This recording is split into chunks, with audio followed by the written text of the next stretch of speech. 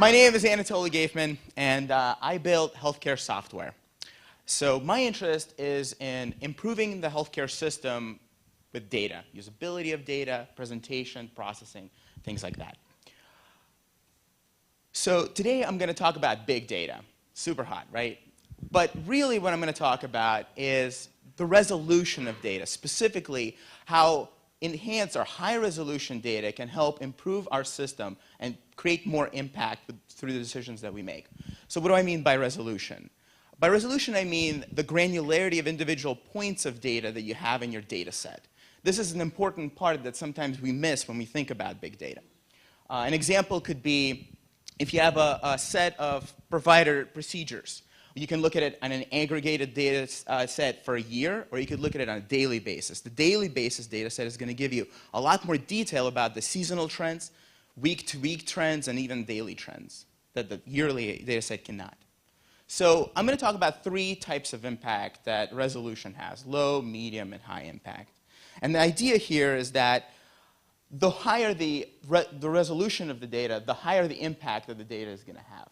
So right now, we're in the middle of a wearables boom. We're generating billions of data points per year. Everyone has a Fitbit. I don't, but a lot of people do.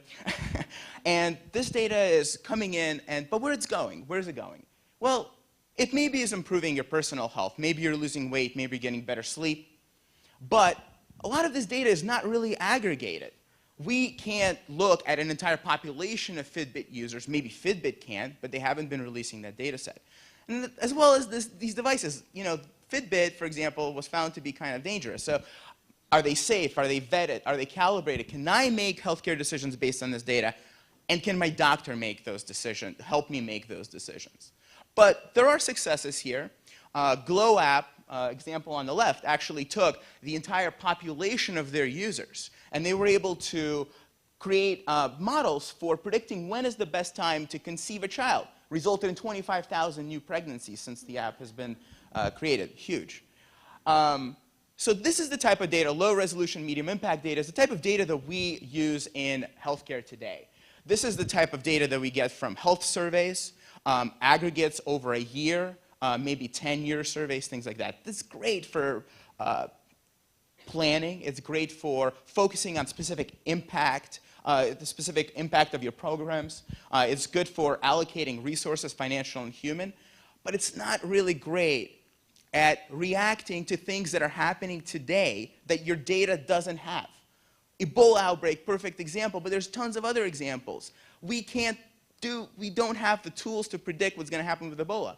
We do have tools, though, to predict what's going to happen with things that already exist in our population. For example, if you have operative mortality risk, we've done a great job reducing it using this data. But I argue that the next generation of data collection and analysis is going to be real-time, high-resolution data. This is the data that we get from these devices. This is vetted data. This is calibrated devices. And it's already coming in. We already generate, our system generates already billions of these data points. We just don't do a whole lot with them. Social network analysis is an example of this working today. This application was able to predict seasonal flu better than the CDC with their aggregate data set. The promise in healthcare is the connected healthcare system, where national, regional, organizational data systems are talking to one another. They're aggregating data back and forth, and they're providing data where you need, when you need it.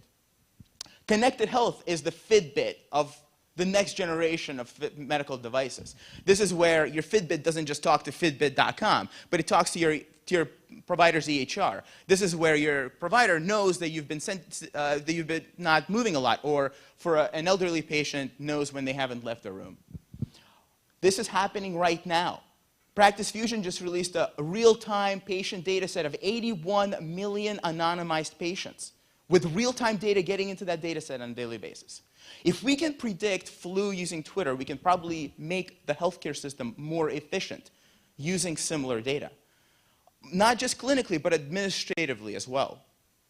So I urge you, when you are looking, if you're processing any data, if you're analyzing data, I urge you not to just look at the 3 V's, but I urge you to also look at the resolution of the data that you're looking at. and see if you can maybe improve it.